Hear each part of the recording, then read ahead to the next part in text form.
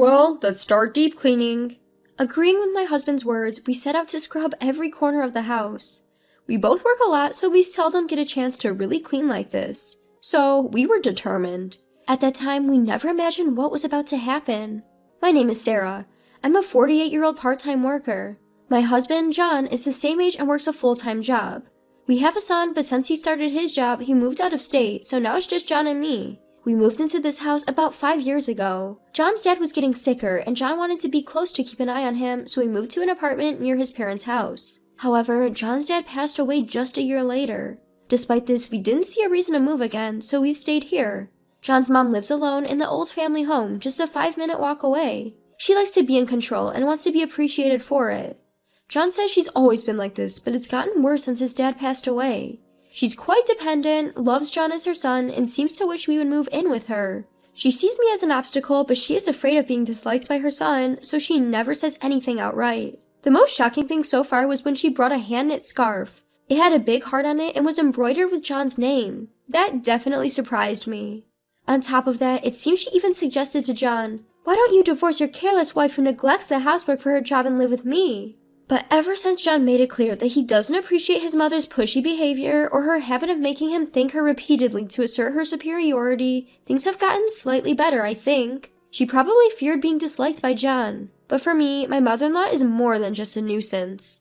The other day, she brought over a mountain of vegetables, saying, "My friend of a friend gave me these, so I'm giving them to you." Upon closer inspection, they were clearly wilted and starting to rot, entirely unusable. Even when I tried to politely decline, she snapped back. "Are you trying to make me look bad? My friend of a friend worked hard to grow these." I mean, it's a friend of a friend and not a friend of hers. I don't think it should really be a big deal, but apparently it's important for her. She's also brought over strange dishes saying, "I made this, try some." Once I decided to give it a try and it was unbelievably terrible. I'm not sure if she intentionally made it terrible or if she just realized it was terrible after making it and decided to pass it off onto us, but despite her claims of being, "I just like taking care of people," she's mostly just annoying. I can't help but wonder if there's something to be done about her desire for recognition. Since her husband died and she's been alone, I've stayed quiet thinking she must be lonely, but I've been thinking I need to say something before I get crazy. This happened a few days ago and I've spoken a little to John about it. "I wish your mother would stop showing up suddenly, especially with food without checking first. It's quite a bother. Could you maybe talk to her, John?" John, who's less often at home than me, seemed unaware of this, responding, "Oh, really? I thought she always called before coming over." The next day, while I was at work, my mother-in-law called my cell phone. She never calls, so I assumed something was wrong and hurriedly answered. "Sarah, I'm making curry today. What time will you be home? Let me know so I can bring it over," she said, leaving me at a loss for words. That's not what I meant at all. John must have talked to his mom about our conversation from the day before. No one asked her to call and bring food over. What I wanted was for her to stop showing up unannounced and to stop bringing us things. But I guess John must have relayed the message in an indirect way. So I directly told her I wasn't sure what time I'd be home, as I might have to work late and that we didn't need any food because we still had leftovers from the night before. Nevertheless, she said, "Then I'll just leave it at the front door," before hanging up, disregarding my refusal. And sure enough, when I got home, there was a container of curry next to our front door. Who knows how long it had been sitting there? It was left directly on the ground and I was concerned about the sanitation, so I didn't feel like touching it. I decided to tell John about it when he got home. After a while, when John came home, I told him about what had happened with his mom today. John then said, "Huh? I haven't had the chance to talk about it yet. I was thinking of having a proper conversation this weekend." It was weird because I had assumed that he had already talked to her. From that point on, when I mentioned to John, "The grocery store is having a sale tomorrow, could you come with me?" we would run into my mother-in-law at the grocery store. And when John would tell me, "I got movie tickets, it's for a show this weekend in the evening," we would run into my mother-in-law at the movie theater. It was all very strange. Each time we would ask my mother-in-law how she knew we were there, but the answers were always because she heard about the sale, or because she heard that this was a good movie. I'm afraid that she might see my iPhone while I'm away, so I try to hold it wherever I go, but my mother-in-law's frequent visits didn't stop. John and I talked about how creepy it was, but we still had no idea the reason. Then the day came when we started spring cleaning. "We just have this room left to clean," we said, moving on to the final room, the bedroom. In the corner of the bedroom, I realized that plugging into an unused outlet, it was a power strip we didn't know. We knew the outlet was there, but we seldom used it because we don't need much power outlets for the bedroom. And yet, here was this unfamiliar power strip. John and I looked at each other puzzled and wondered, "What's this?" John then picked it up and pulled it out. As he examined the unplugged power strip, his face went pale. I frowned, unsure of what was going on, and looked at him. John set the power strip down and gestured for me to leave the room. Once we stepped into the living room, John said in a hushed voice, "This might be a bug." "What?" Taken back by his unexpected words, I furrowed my eyebrows. John asked me again if I recognized the power strip, but I had no recollection of it at all. Come to think of it, we had watched a TV show together recently, and it mentioned that power strips were commonly used for planting bugs. And if it was indeed a bug in there, that would mean someone had been in our bedroom. But who? And why? We exchanged glances, wondering if we should report this to the police. I was confused with a mix of discomfort and fear, but then the doorbell rang. It was my mother-in-law. "Here, this is a sweater for you, John. It's getting colder these days. This will keep you warm, so make sure to wear it," said my mother-in-law, handing over the sweater to John with a smile. She added, "It would be troublesome if you catch a cold again," and that made me confused. We were in the middle of deep cleaning, and once it was done, we planned to wax the floor. The wax would take over half a day to dry, so we told my mother-in-law we were planning to stay elsewhere for the night and asked her to leave. After she left, John and I discussed, and it turned out he was thinking along the same lines. "I wonder, should we report this to the police, even if it is family?" I asked him in a low voice, but John looked conflicted. "It's just that if we call the police over this, it would be embarrassing for the family, and we don't know the purpose." We had suspicions that my mother-in-law might be the one who had planted the bug. We had numerous questions, like how she could have entered and planted it, or why she would do such a thing. But lately, my mother-in-law had a tendency to appear at the locations we were discussing in our bedroom. And like her comment about John's cold, something we hadn't directly told her about made us suspicious. We assumed that my mother-in-law was the perpetrator and discussed how we could gather evidence to either confront her or call the police. After discussing various possibilities, John seemed to have an idea and said, "Leave it to me," then heading off to the bedroom. John took the bug to another room and plugged it into a power outlet. He then covered it with a newspaper and pointed a fan towards it. I was puzzled, but John explained it to me. By covering it with a newspaper and blowing air at it, a rustling sound would be picked up by the bug. Anyone listening would surely think it had malfunctioned. Sure enough, that made sense. If they thought it was malfunctioning, they would either retrieve it or try to plant another one. "Let's see what happens over the next few days."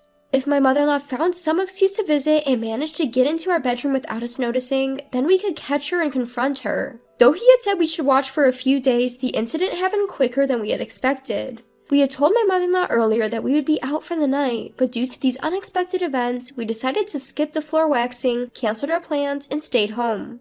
Then, in the middle of the night, we heard the front door unlock. Surprised, John and I looked at each other, and then the bedroom door opened. I seized the moment and turned on the light. There stood my mother-in-law. "Weren't you supposed to be out for the night?" Stunned, my mother-in-law spoke up. "I canceled our plans," I told her. "We found a bug in our home. We had tweaked it a bit to make it seem like it had malfunctioned. So I thought maybe the perpetrator would come to check on it." With that, my mother-in-law took a step back. However, John was not going to let her get away so easily. He took the key to our home from her hand. "We never gave you a spare key, did we?" At John's words, my mother-in-law turned pale. "So, I thought you'd sneak into our bedroom during your visit, but instead you entered with a spare key and planted the bug? Is that it?" I glared at my mother-in-law. "What is a bug? What are you talking about?" Playing dumb, I went to get the bug. I covered this with newspaper and pointed a fan at it. If you were listening, you'd have heard a rustling sound. You thought it was malfunctioning and came to check on it, didn't you? I spoke with a firm tone, but my mother-in-law simply looked away without saying a word. I'm getting angry. It's quite absurd, but it seems there are people who bug others as part of their bullying.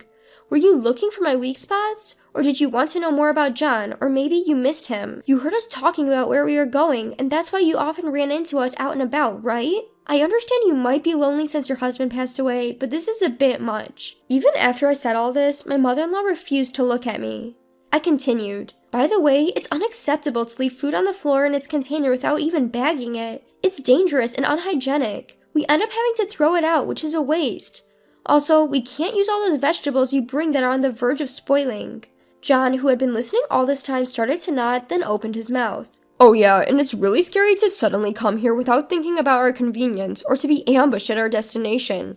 To put it simply, it's annoying. It seems that he had left her shocked. She started sobbing. But after Dad passed away, you hardly ever come over, and whenever you do call, it's to tell me not to bring anything or something else that makes me sad. Why do you only care about your father? I just wanted to see you, so I had no choice but to go visit you. And just like you, Sarah said, I thought if I brought things you needed, you would say thank you. But lately, you guys don't ever say thank you. My mother-in-law began to cry hard. I was utterly confused by now, and it seemed she just wanted to see John, her only son, and be thanked. I can't keep up with her desire for recognition. It's true that John cared more about his father than for his mother, but I know there was a good reason for that. But my mother-in-law either forgot that or she was crying in an attempt to pretend it never happened. Annoyed, I ended up saying, "Of course he's going to care more about his father who worked hard, did household chores, and raised him while his mother was gallivanting around with his father's money." In fact, my mother-in-law loved to go out and was often away from home even when John was little. It seems his father thought the presence of a mother was necessary, so he never opted for divorce, but John clearly stated that the person he was grateful for was his father. I don't know if his father ever noticed, but according to John, my mother-in-law even had affairs. As she got older and her husband died, leaving her with less money spent freely, the men who used to spoil her no longer paid her any attention. It seems that's when she started seeking attention from her son. As I said this, John nodded. "Yeah, that's why it's hard when you say I should be grateful to you. We were actually thinking of moving after Dad passed away, but Sarah was worried about you since you are old and suggested we should at least check on you from time to time. That's why we're still here. Aren't you the one who should be grateful?" Then my mother-in-law started to sob again, repeating how lonely she was. In response, I found myself saying sternly, "If you're lonely, does that mean it's okay to break in, install bugs, and commit crimes?" Then my husband chimed in. "Embarrassing as it is to say, I think we might have to involve the police. She hasn't even apologized." At that, her sobbing stopped abruptly. "No, that's not what I meant. I'm sorry. I'll apologize, so please, don't call the police." Her antics started to look quite ridiculous, and I couldn't help but laugh. "So, what did you mean? It's strange to make a copy of the key without permission, and I don't think it's normal to even consider bugging someone. It's definitely creepy. Can we agree to cut all ties moving forward?" Then my husband showed her the door, telling her, "If you don't want us to report this to the police, the least you can do is stop bothering us." After that, we discussed and decided to move. Of course we didn't tell my mother-in-law where we were going, and we didn't even tell her that we would move. In fact, my husband had been contemplating a promotion that would require moving to the next county for a while now. With this recent event, we decided to accept it. When we didn't report my mother-in-law to the police, she handed us money, saying it was compensation for the trouble she had caused, and she said that the issue was over. We took the money, but still severed all ties with her, making it official with documents drawn up by a lawyer. After we moved, we heard that my mother-in-law had become depressed, but we saw it as karma. We weren't here to fill up with her desire for recognition. Our new home was close to where our son lives, so we get to see him more often. While our son is important to us, he's an adult now. I can't understand why my mother-in-law would be so obsessed with her adult son. Speaking of our son, he's mentioned he's thinking of getting married, which I'm looking forward to. Using my mother-in-law as an example, I intend to do my best to build a good relationship with my future daughter-in-law.